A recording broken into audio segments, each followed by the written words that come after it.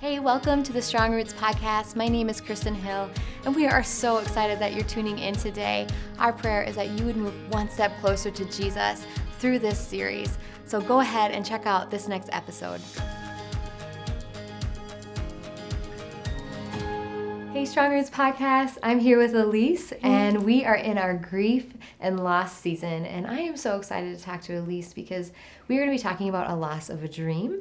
And I'm excited to share her story and hear what she has to say and all that Jesus has done through this season. So thank you for being here. Oh, yeah. I'm so excited. Yes. This is awesome.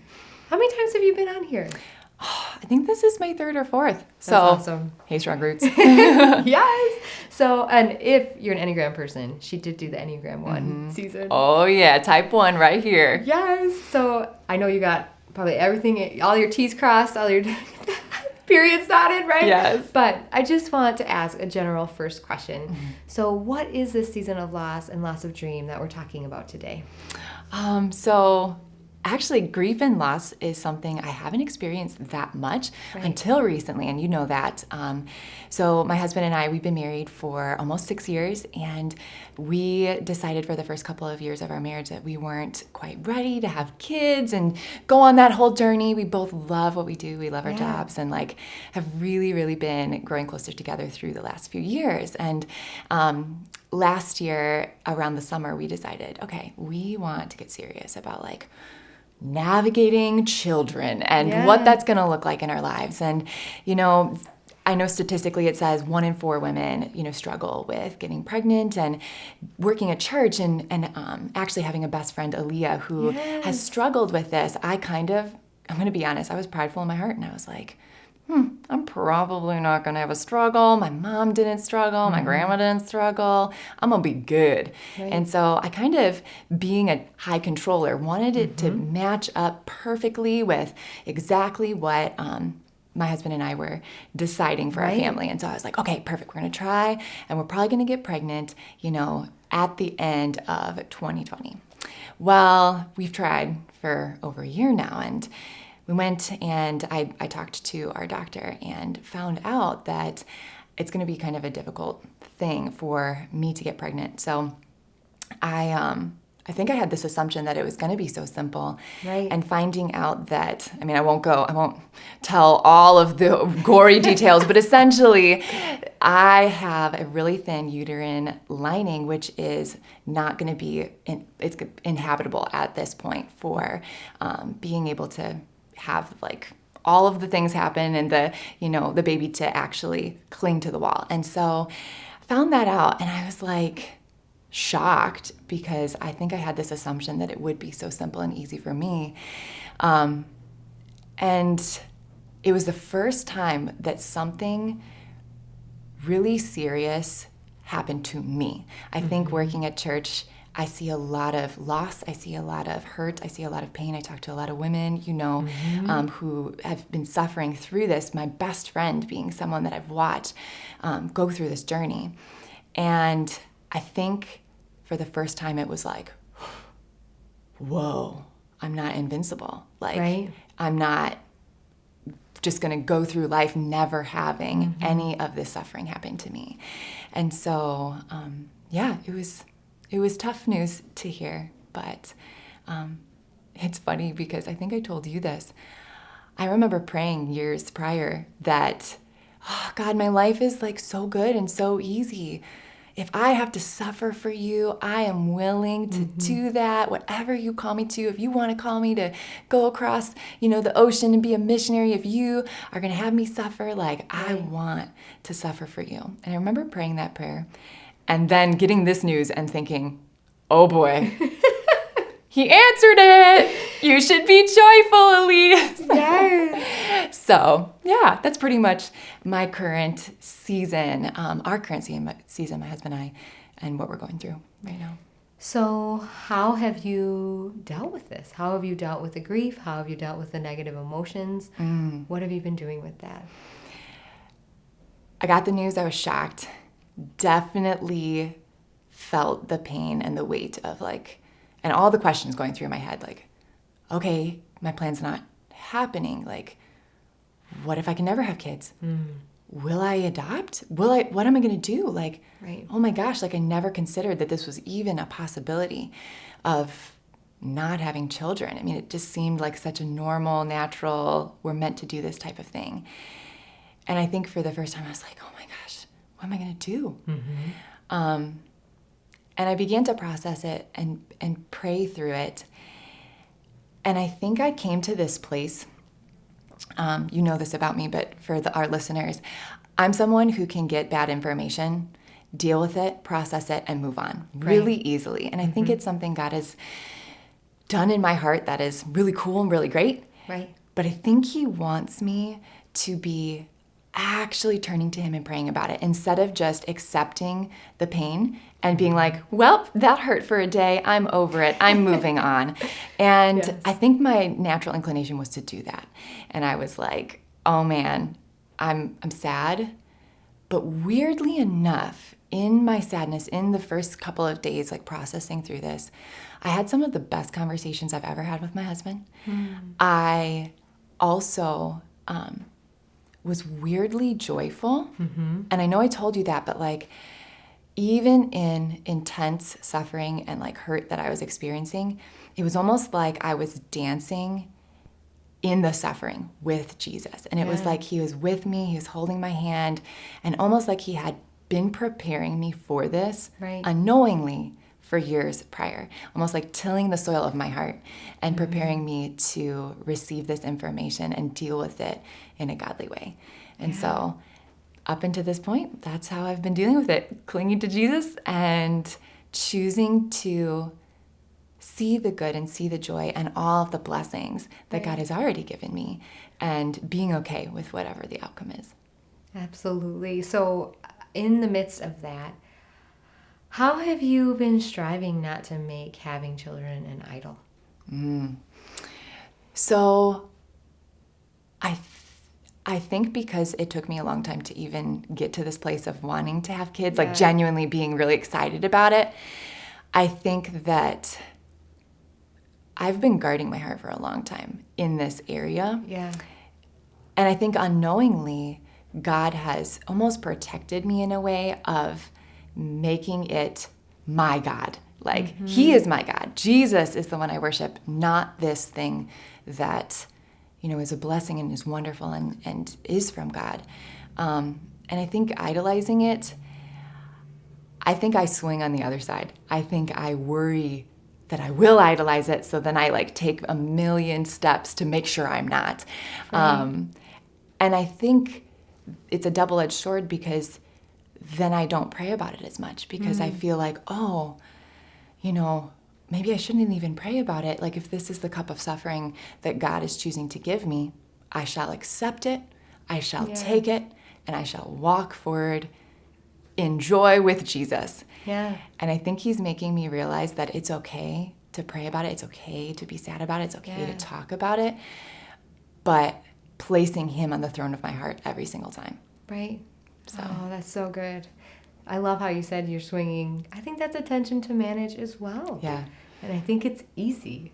So how, I mean, in the midst of this, how has this affected your relationship with God? And then also, how has it affected your relationship with other people?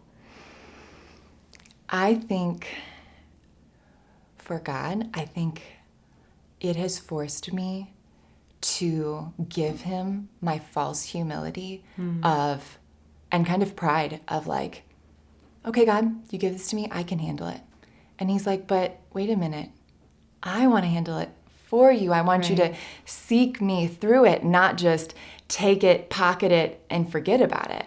Right. And so I think it's deepened my relationship with God. It's my word for the year is purify. So I feel like this is a deepening of the purification of my heart, which is really cool. Yes. But I think for other people, I'm going to be honest, I think in a lot of conversations, because I haven't gone through a lot of pain or suffering in my life personally up until this point, in a weird way, I'm grateful for it because it gives me a new compassion and perspective for people who are suffering. Right. And so even the week I remember when I had first gotten this news, I met with a woman who is suffering physically for a lot of other reasons. But I remember sitting talking to her, and having a new perspective on that pain, even though 2 different pains, that I have never had before. I've met with a lot of people and gotten to pray with them and love them in the capacity that I could at the time. Right. But I think this has deepened my capacity for compassion, empathy, and love of other people struggling. That's amazing. And I think that's what God does when we give him anything. Right. And so in the midst of sharing this, what are your greatest fears, I guess? I feel like with sharing it, even on here, or fears of your future, what do you think are the fears that accompany this season of loss of a dream? I think the fear is more of a long-term thing, because I love my job, I love my life, I love my day-to-day. But I think the fear is rooted in, okay, but what happens when I'm 40? What happens when I'm 50, 60, 70, no kids, no grandkids? What is that going to look like? What is that going to feel like? And I've spoken to some great mentors in my life who have experienced something similar, and they kind of have told me, like, it's a grief at every season. Right. And so I think my fear would be regretting not praying about it, regretting not actually pursuing this thing that I believe is a godly thing, having children. Like, I mean, he literally says, like, 2, maybe one, like, and that the child, like Pastor John has told us, like, it is a part of, being married and getting to do that. And I know many people don't get to, including me at this juncture, but I think I'm afraid if there was any fear that, like, I wouldn't pursue anything and then regret it later. Absolutely. So in the midst of all of this, is there a promise from God? Is there a verse? What's your anchor? I think my anchor is having an eternal mindset about it. I love to put it in perspective of eternity and realize that, like, yes, I'm going to pray about it. Yes, I'm going to seek God about it. But even if he doesn't, he's still good. A very good friend of mine shared a verse with me a long time ago. It's the Abednego. I'm not good at Bible. And Abednego, yes, when they go into the flame and they say, even if he doesn't, we will not bow down and worship your gods. We will worship our God. Yeah. And I think for me, that is the thing I cling to. Even if he doesn't, I'm still going to love Jesus with all my heart. I'm going to pray that this suffering brings me into deeper closeness with him and gives me the ability to be able to relate to and connect to people more through it. And I think clinging to the promise of eternity and the treasure in heaven and the fact that I get to worship God one day regardless of what happens on this earth, that's what keeps me going and reminds me that no matter what, it's going to be great in heaven anyway. Amen. The best is yet to come. Oh, that's so good. So now I hear you have a question for me. Yes. So for people like me who, I don't know, are going through this and who tend to be people that, like, would just shy away from or ignore or stuff it down, I want to know, like, what should I pray for? What should people be praying for? How do you pray without placing an expectation on God? Because I feel like I swing from, like, oh God, please help me with this. I'm crying out to you. But then I feel like ungrateful. Like, oh gosh, like maybe I shouldn't pray about that because I want to be grateful for what God has already blessed me with. So should I even pray about it? And I think I still am swinging back and forth on that. Right. Oh, that's such a great question. And I feel like there are lots of ways. Like, I feel like God is so good and prayer is so multifaceted, I guess is what I want to say. I think there's so many different dimensions that I think as believers we're still understanding and seeing. But I think I'm just going to bring up, there's something I do with my daughters and eventually I'll do with my other kids. When we pray every night, we start with gratitude, then we ask, and then we confess. And I think Jesus so clearly teaches us that is how we should pray. And I think then you don't have that guilt when you're starting out with Thanksgiving, like starting out with thank you so much for my husband, for my health, for my job, for the season where I don't have kids, that I can do ministry, you know, whatever. But then when you get to the second part of like, God, would you please let me have a child? Like, I would love to be a mom. I'd love for you to be glorified in that way and to raise a child up in the way they should go, you know, and asking, because I feel like there's no shame. I feel like the shame sometimes we feel, it's just, I feel like it's the enemy, because God is a good dad. And like, there's things my kids ask me for, like an extra cookie or whatever, that I'm like, no, not right now. Will I give them the cookie tomorrow? Probably. Or may I never give them the cookie and throw them in the dumpster when they're not looking. You know what I mean? Because it's not good for them right now. You know, they've eaten too many sweets. But I feel like it's trusting God's timing. But as a parent, God is omnipresent. He knows all, but there are multiple verses in the Bible that talk about us being persistent in our prayer. And as a parent, and even as a working, you know this as a boss and as a leader, like people asking you repeatedly for something. You're going to get it first. You're going to move up. Yes. And like, I think he wants that tenacity. He wants that intentionality. He wants us to pursue. I love being pursued. Do you love being pursued? I do. And I think he wants that pursuit of him in this area, because partnered and coupled with our trust in him.